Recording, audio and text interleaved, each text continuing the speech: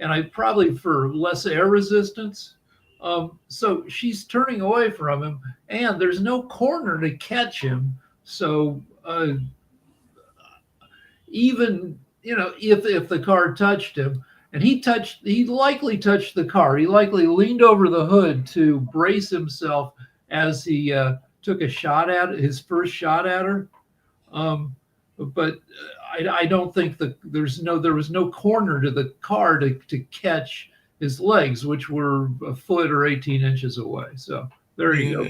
Yeah, and the other thing that I've heard is that she was a member of the community patrol. I know there are community patrols even here that have kind of ways that they will try to disrupt ICE agents and everything like that. So that's something that I know a lot of people are Oh, okay, talking about.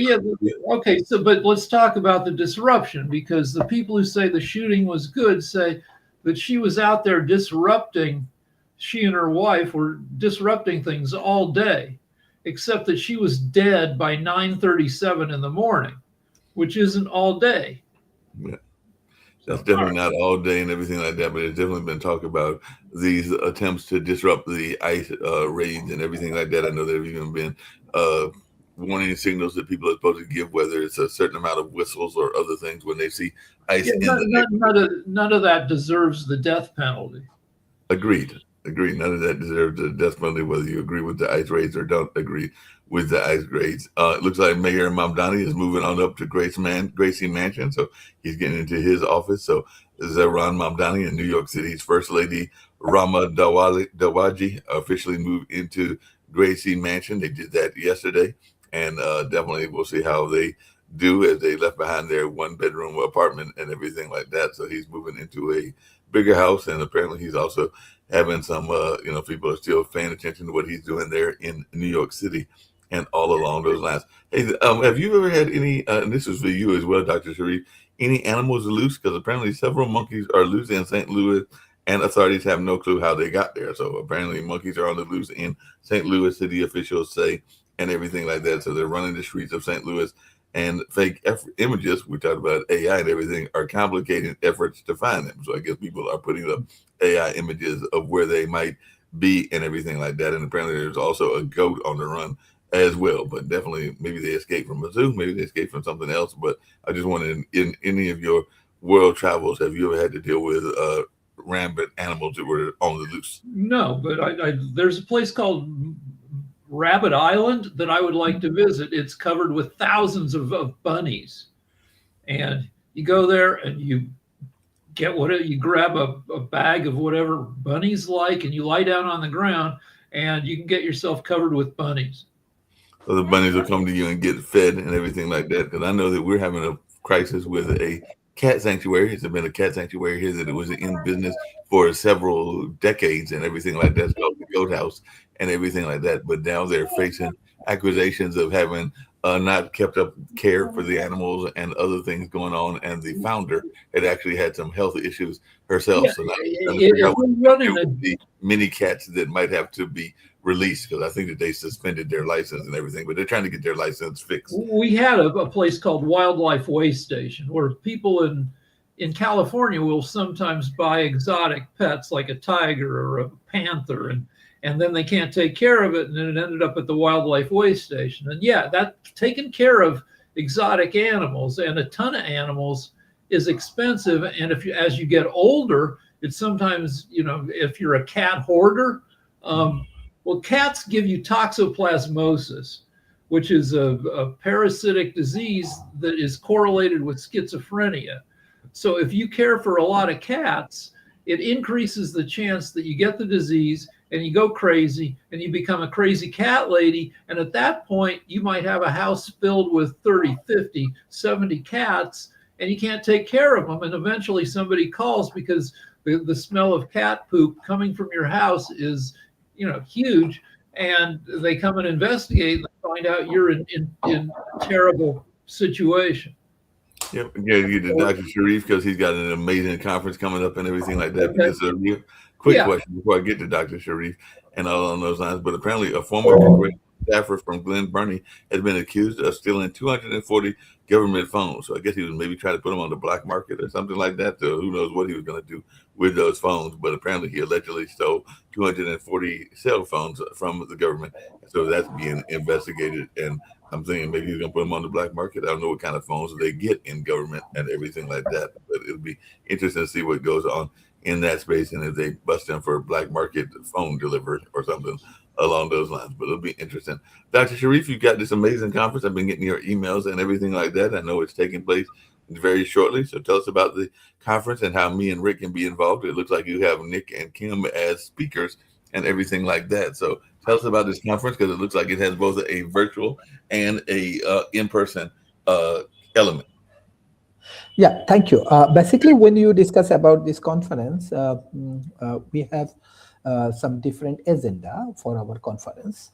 First thing first, with Paris Graduate School, we go for a research paper and research and innovation. So we have our publishers called Innovative Academic Research Publishers in Paris. I'm a chief editor for them, and I add Nick, you, and Kimberly's and everyone, because you can find from emerging economy, from some high quality universities, some policymakers, business organization, they are publishing their research paper with us. And beside that, as we are engaging with community, especially urban planning, that's why Climate Initiative, definitely we are working with California Institute of Management, St. Edward University, USA, and Japan UN University. So we are helping this community to develop this urban plan. So for that issues, this climate initiative is very important. And we are designing this Himalaya, this Ganga, this Podda and Bay of Bengal. So as it is very much engaged with human lives, as these things are very much important for human improvement, and it's around 600 million people in these communities. They want to build up a new environment. They want to develop their port, their bridge, their housing, hospitals, all of the important elements. And nature is very important for them. And if you see these global warming issues in this region, even this last 1,000 years of histories, this Himalaya actually playing a major role of these communities. So definitely the North American community, especially this Stanford universities and NASA, they are expert working in my ecosystem, and we are working together. So our conference in 31st January, we do focus on climate, we do focus on urban planning. So I want to invite you all in this program, and it will be life-changing. If you have your expertise, you can join in this ecosystem. If you want to invest, you can join in this ecosystem. If you want to be only professional and you want to help these communities, you can join in these things. So that is the way. We do not need more like hate each others, like creating all of the embargo. We have to believe this is one world, one village. We can work as a community. So we are building communities. Community always valuable, and I'm getting a very good response in person and definitely online. I want to give very special thanks to Pot TV and all of the my colleagues. But again, humanity is very important. Human talent is important. Let's work for the human progressions, and that is the way of improvement of life. Thank you. No problem. Glad you were able to tell us about the conference and everything along those lines and everything in that space.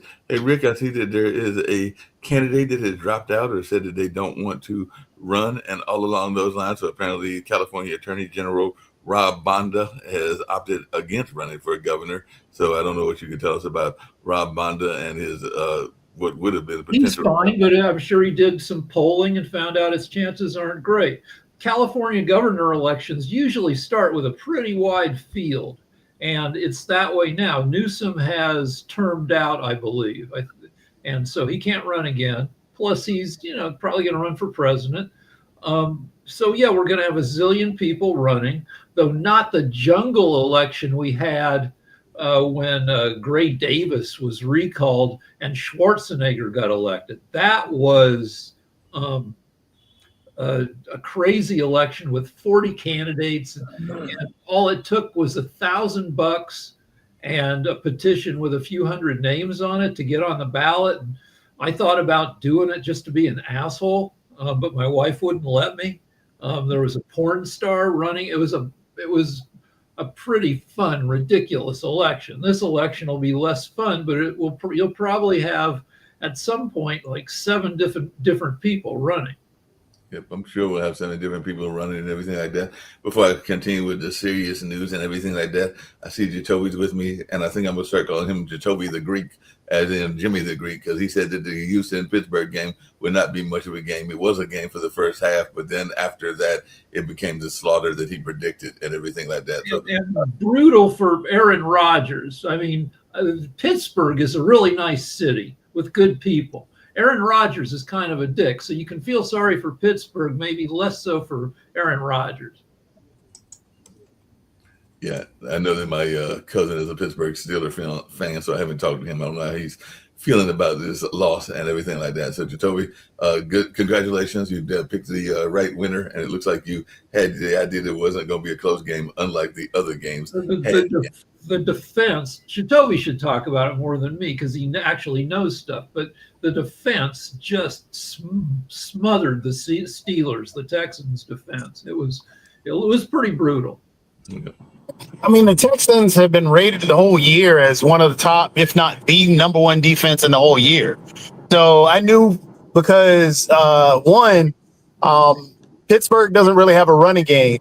Pittsburgh really should not have been there. Honestly, it should have been Baltimore who should have been in there. And Baltimore would have been able to play Houston a little bit better, but it was still going to go about that way because the problem with Baltimore is that they were to come into the game with a lot of injuries on defense, and their secondary was extremely beat up.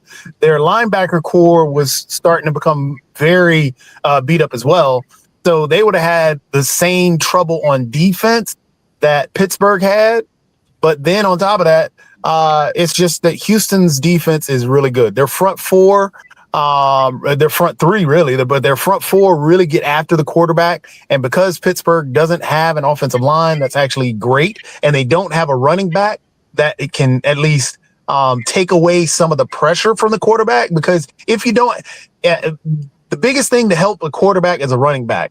A good running back, because then it's a threat, which means that the defensive line can't pin their ears back and rush the quarterback directly and just attack him. And because Aaron Rodgers is a 42-year-old man, he's not as mobile as he used to be, and taking so many hits, he's starting to see ghosts.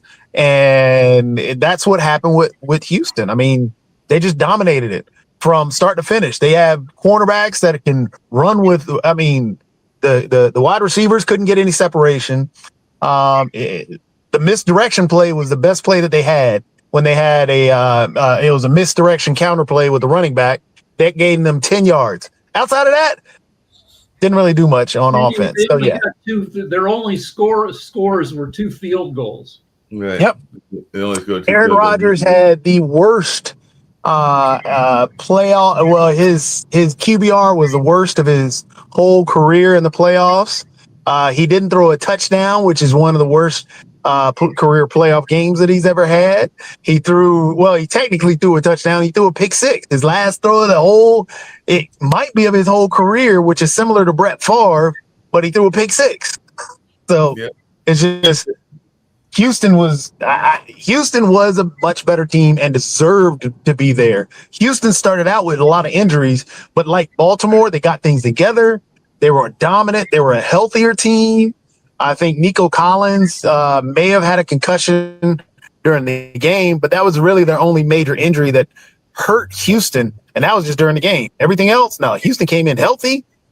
CJ Stroud is actually a good quarterback if you give him time. It's just So, are you happy with the 18 mentioned everything along those lines before we get back to the serious news and everything like that? But do you think Mike Tomlin and Aaron Rodgers are done in terms of their career, or will they both be back next year? Because that was the thing that I heard people speculating about at the end of the game, as to whether either both of them will be gone or whether they'll stay. I think Mike Tomlin will end up leaving this week. He should. I mean, I think Aaron Rodgers should not be there. Aaron Rodgers is not the answer. Aaron Rodgers should never have been there. But the problem was Mike Tomlin held off and fought for Aaron Rodgers. So Mike Tomlin will probably be gone this week, especially because of what happened to Jim Harbaugh. With Harbaugh not being there, that means that, it's okay to let go. So Harbaugh was the second longest tenured coach. Tomlin is the longest tenured active coach. So since Harbaugh's gone, Tomlin, my guess, is next. They're going to want to move on. This will bring Pittsburgh to their fourth coach ever in the history of that franchise. Baltimore, roughly about the same, but it's just, it's probably time to move on from Tomlin, and definitely do not bring back Aaron Rodgers. The other core pieces you can really dismantle. I would keep Metcalf because that's your only wide receiver. Bring in a slot receiver to open him up because Metcalf is just a wide receiver to open up the top of the defense, basically a speedster. So they need a slot receiver and a number 2 receiver. They also need, Freiermuth is a good tight end, but he got injured. But they need a running back. If they don't bring in a running back and an offensive line, I mean, they just need a lot more than just a quarterback, and they're not going to get Mendoza. Mendoza's the best quarterback in college right now, and he's going number 1. If not, he shouldn't go number 1. The Raiders pick number 1. The Raiders have a lot more problems than the quarterback, but they need to trade and then pick up some other pieces. But yeah, he'll be the first quarterback off the draft, and yeah, Pittsburgh's not getting Mendoza. That sounds good. And that's Sasha, there's a Supreme Court ruling coming out Friday about Trump's tariffs. So, Sasha, what do you think? The Poly Market is giving a 27% chance that the Supreme Court rules in favor of Trump, which means a 73% chance they don't. So it's a little bit more complicated than that, because there are tariffs that were negotiated between U.S. and other countries. There are tariffs perhaps that could be treated as actually taxes on American people, and that is definitely not right if that's the case. So Supreme Court would have to come with a comprehensive decision and qualify what is what and how to deal with that, whether the illegal taxes which were collected have to be repaid, and when and how and to whom. It's kind of messy stuff. I don't see kind of black and white decision on that. So you think it'll be mixed? It'll knock down some tariffs, and he'll call it a victory. They'll say that he doesn't have to return the tariff revenue. I think Trump already has plans how to have the same tariffs, but under different pretext, not relying on Emergency Act and but doing something else instead. So he'll find a way how to deal with that. I'm pretty sure. What will what will the stock market do? The Dow is at almost 50,000, is setting records. With the Dow, the situation is, I was watching today, it was release of the prices, and it has a lot to do with inflation and so on. And remember, what we are getting today, a data for December. And from December to today, and never mind to February, there are a lot of things happening that are not reflected in this number. Therefore, they're quite misleading. Because if you see the commodities, whether it's gold and silver and palladium and platinum and oil now, they're all moving higher and higher and higher. So there's no way, by the way, all the aluminum and the copper, and everything is moving up.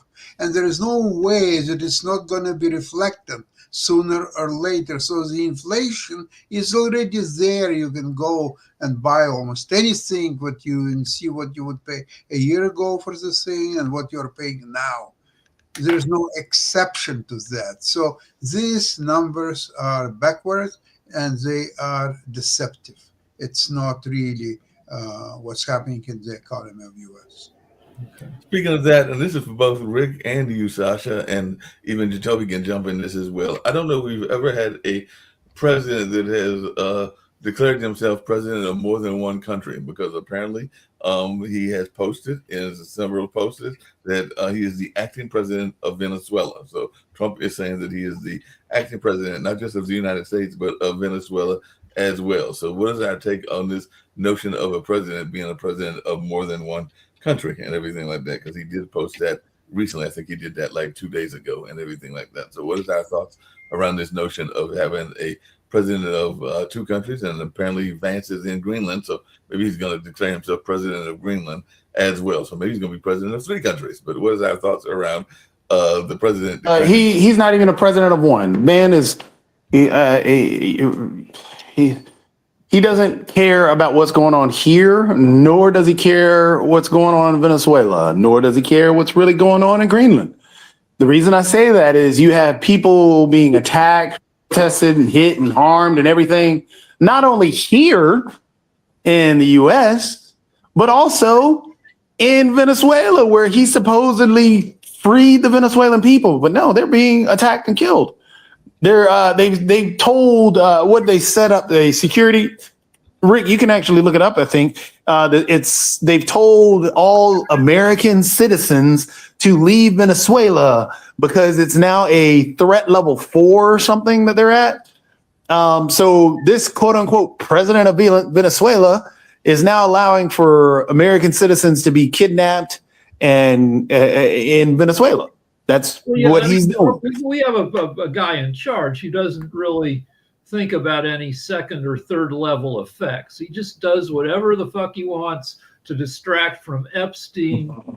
And, it's not, I wouldn't say everything's a distraction from Epstein, but everything is a result of Trump not having any seasoned, competent advisors and just getting an idea and then doing it, and nobody to stop him. So, and it results in at least a certain amount of chaos. Maybe not as bad as the chaos, when we took out Saddam Hussein, which eventually led to the deaths of maybe 1 million people in Iran. I mean, Well, Rick, in terms of the chaos, we're not even a week into the whole Venezuela thing, and we're already having a threat level raised. We're already telling American citizens to get out and all the other things. Remember, in Iraq, we had the mission accomplished sign and everything else. And then what happened months and weeks later is when we found out that was a problem. That was not what we should have done. It's the same thing here in Venezuela. We're doing the same exact thing. Okay, yeah, we are, but I'm hoping that 1 million people won't have to die because of it. I hope that tomorrow, instead of us possibly getting snow, that we possibly get some candy that rains from the sky, or some money that pops up in the mailbox. We can hope for all we want, but we have historical precedent, and we have to live in the historical precedent. We can think about things that we want to do and plan and assess, but we have to be able to use history to tell us what has happened. If we do X, there was Sandra Bullock made a movie. It was about her being an alcoholic and overcoming alcoholism. It was a great movie. One of the things that they talked about, and honestly, I think they may use it in AA meetings, or some of them, some psychiatrists may use it as well.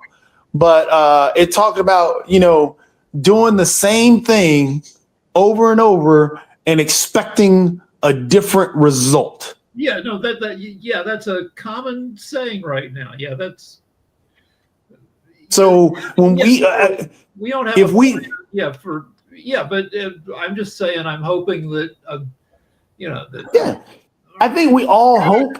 And but again, if we're doing the same thing over and over, saying hope in one hand and shit in your other hand, and see which hand gets full first. Yeah, exactly.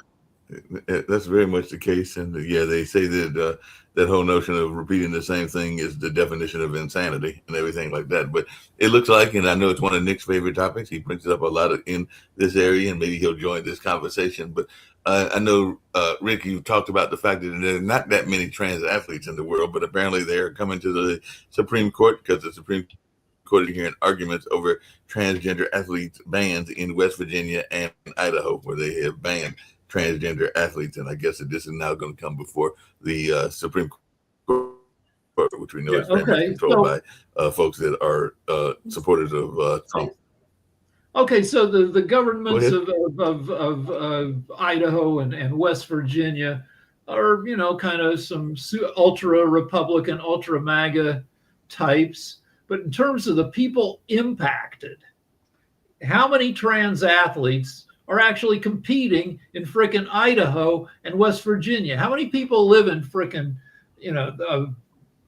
California has 40 million people, and we maybe have 3 competitive level trans high school athletes. Idaho, I don't think he has even 2 million people. West Virginia, same thing. So do they even have any competitive level trans athletes? Who frickin' knows?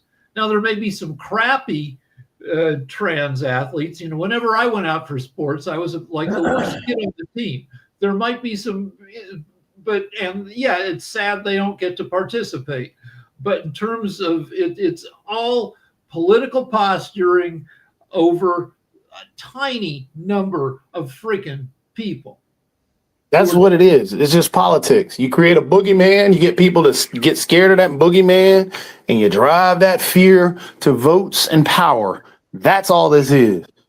We don't have enough data to figure out what's going on with trans athletes. So the idea that they're causing an issue with anything is all BS and made up. If anybody tells you that we have definitive data saying that trans athletes are much more competitive and much more this and much more that, all they're doing is using a fear tactic. And then they don't even talk about. I have a number for trans athletes for Idaho. There were no known instances of trans girls competing on female teams in Idaho. So this legislation stops exactly 0 athletes from. Again, it's fear. You create fear in people. If you make people think there's a boogeyman coming or something like that, then it's easy to manipulate them and tell them, hey, look, I'm going to be your protector. I'm going to make sure. That's what Trump wrote in on. No Democrat ran any ad about trans rights. No Democrat got on stage and yelled out trans rights. None. But you know what one of the number one issues that people say they voted for Trump was to keep girls out of boys out of girls sports. I just Googled the number for West Virginia. They're the only known transgender athlete is 15-year-old Becky Pepper Jackson. One athlete in 2 states is what this legislation's about. Yeah. Again, it's fear. It's because this is so now those Republicans that are pushing that are going to say, they're going to say 2 things. Hey, we kept boys out of girls sports, and look, the Democrats are voting for boys to play in girls sports, even though there is no data to prove any of that. That's what that is. It's nothing but fear. Yeah, there's a lot of fear going on in that space and everything along those lines. I know we've got the Ukraine-Russia show coming up in about 15 minutes, but Sasha, what's going on in the latest updates? I did hear that they were trying to use the weather as a tactic and everything like that, trying to because it's definitely the cold period, and y'all have some brutal winters there in Ukraine and Russia. So, what's going on in the war, and how is the weather impacting the war? Well, the bad weather affects both armies, Ukrainians and Russian army. And in fact, Russian army doesn't stop its attacks at all. And but they're not really achieving anything for that. They're losing approximately up to 1,500 people a day, and they continue their strategy of meat attacks, and it doesn't bring them any joy at all. Normally, statistics shows that in a meat attack, out of 100 people, 98 are liquidating, and only 2 are alive. So with statistics like that, I really don't understand the strategy, Russian strategy, unless they don't have any other strategy. So in this case, they will keep doing what they are doing, and Ukrainians are very skillful to almost avoid any losses. They do lose people here and there, but on the battlefield, they almost avoid any losses because they're using drones, they're using the artillery and other means to disarm and eliminate Russian fighters. So in a view of what's happening with the Russian economy, I think that by 2026, at some point, they will have to stop fighting. They just won't be able to continue the fight. Yeah, that makes sense and everything. I know tomorrow is your investment show and everything like that, modern investment. But what is going on in the investment world? I hear some people are getting really still excited about NVIDIA and other things in that space. But what investments are you looking at, and what solid advice will you be giving people on tomorrow and everything like that? Well, your show that airs at 1 o'clock, but just what are some of the investments? I know a lot of people are excited about AI, and apparently we're trying to get involved in AI, meaning the U.S. even more in the chip making and all in that space. But what are you excited about investment-wise?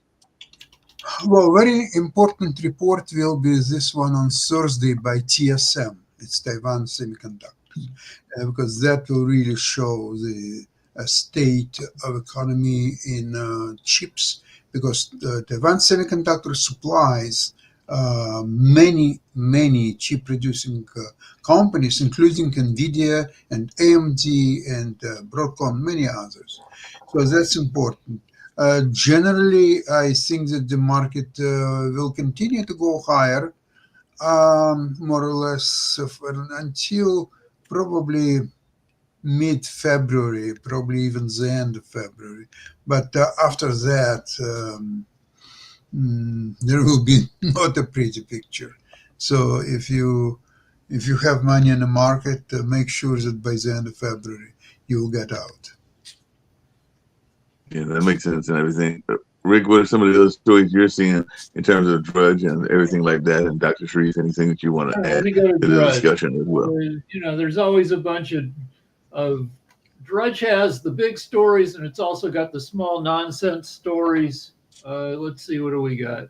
The Pentagon. So Havana syndrome. People working at the U.S. Embassy in Cuba, a bunch of them all of a sudden fell sick with brain disorders, I don't know, 10, 15 years ago. And it was decided, but not definitively, that Havana was using some kind of ultrasonic sound wave projecting device that you couldn't hear it because the sound was so low, but it was scrambling people's brains. But it was never proven. But there are new reports that the Pentagon has developed a Havana syndrome weapon that you can shoot, through walls at people, and it will mess up their brains. Wow, so we got a new secret weapon that's out there. I'm sure there are other secret weapons as well. Speaking of secret weapons, and I kind of mentioned it earlier, what are folks' thoughts around this notion that Trump is forgetting a lot of things, because apparently he was doing an interview recently where he forgot that he had made the pledge that folks would be getting these $2,000 checks, and he even asked, "When did I say that?" and all along those lines. So I know there was a lot of that conversation around memory loss around Biden and everything like that, but I'm not sure that he has the best memory either. So what is our take on this notion of him forgetting things and being caught The trouble in some of with these Trump forgetting? is that he's been so full of shit for so long. We have to say it again and again that you can't tell whether he's losing it or whether it's just more of his bullshitting. So No, this is what he does. I mean, he sold people he sold people on the idea, and then of course when he get questioned about it, he's gonna play dumb. That's what he does. He says dumb stuff, and this wasn't a dumb thing. You could tell this wasn't a oops, oh, maybe he forgot. No, this was, hey, I sold you a bunch of crap. Now I'm gonna act like I didn't sell it to you. So now guess what? You gave me all I needed before. Now why are we talking about it? I told you I was gonna release my taxes. When did I tell you I was gonna do that? Y'all don't need to see my taxes. Yeah, it's just the same play, and people fall for it every time. I think it's more important that you know how MAGA keeps talking about not being Nazi or not stop calling them Nazi and all this other stuff. But you heard about the new slogan the Labor Department is using, which is very similar to what the Nazis used. No, what's that slogan? I missed that. I'm sorry. You didn't see that? One of us, all of yours. One of ours, all of yours. Which there's that one. There's that one, but then don't forget. Wait, we got to explain what that means. If you attack one of our ICE agents, the SS, if you attack a Nazi stormtrooper, the Nazis will kill 100 of your people in retribution. It's a promise they made. Also, the fascists in the Spanish Civil War, same deal. That it's not an eye for an eye; it's 100 eyes for an eye. So you got that one, but then don't forget one homeland, one people, one heritage. That's the other slogan that they kind of pulled for, which was the Nazi version was one people, one realm, one leader. So when you yell at people, it's not about this, but then you post stuff that is about this. Again, it's all the same. It's all this. I don't know why we have to hide it or why we have to run from it. Trump the other day was talking about how civil rights treated white people wrong. Yeah. How much more do we need to talk? How much more do we need to see before we can be honest?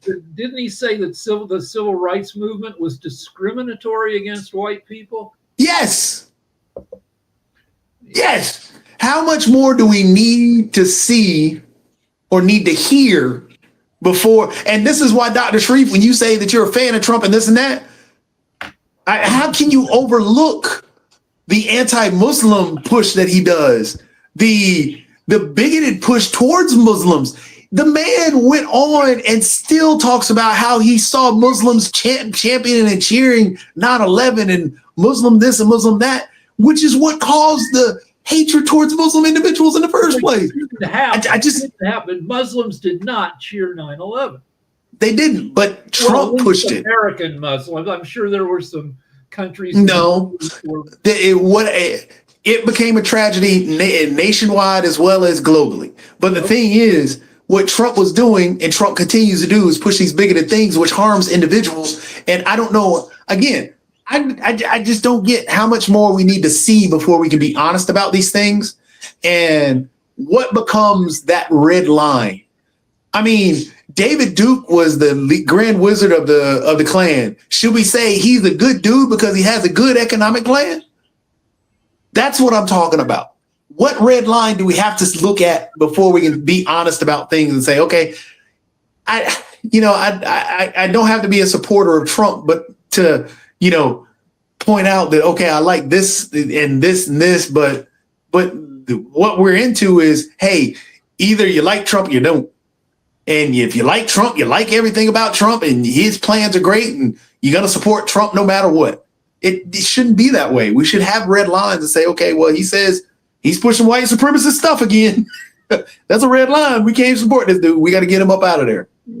But so just really quickly, can a tiger ever change its stripes? If I can use that analogy and everything like that. I know even here we had that whole notion of the best of enemies, which is about Ann Adwater and C.P. Ellis, and apparently he changed his stripes to some degree. And some people even say that Strom Thurmond changed his stripes, and part of that may be because he got involved with a sister in a relationship and everything like that. So I guess the question that some people are asking is, can the tiger ever change its stripes, or is the tiger always going to have those stripes? With regard to Trump, Trump could increase his approval by 10 percentage points, maybe 15 percentage points within a month if he just governed from the center.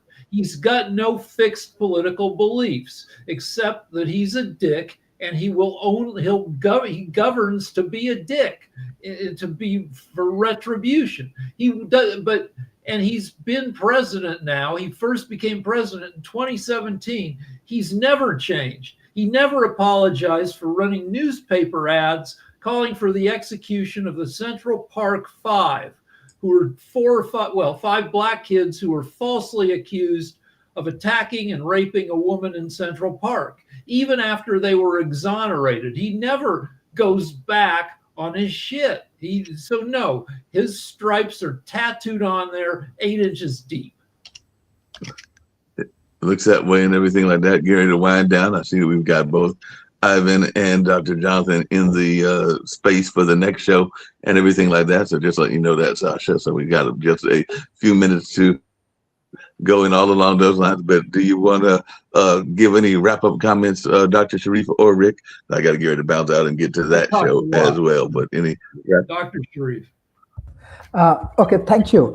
This is very interesting and productive discussions. And yes, I am practicing Muslim. I go for prayer, I read Quran. And how I see this real world, how Quran says, real world practicing Muslim and all of the things is not like that. So we have to be more human. We should not go for tagging, like you are Muslim, so you are bad, or you are Christian, you are bad, or you are Jewish, you are bad. I find every country, every religion, there have a lot of good people like Jatovi, like Rick, like Mark, like Nick, Kimberly. You are good, right? You are a symbol of good human. So that is the example of humanity. We should not go with these religious factors. Better we go as a community, we move as a human, and we help each other and we support each other. Thank you, Rick. Thank you, Jatovi, and thank you all of the our podcast colleague, those who continuously help me to grow, to understand, and to move forward. Thank you. Thank you. Thank you. Yeah. See you guys later today, maybe? Yeah, sure. All right. Thank you. Bye.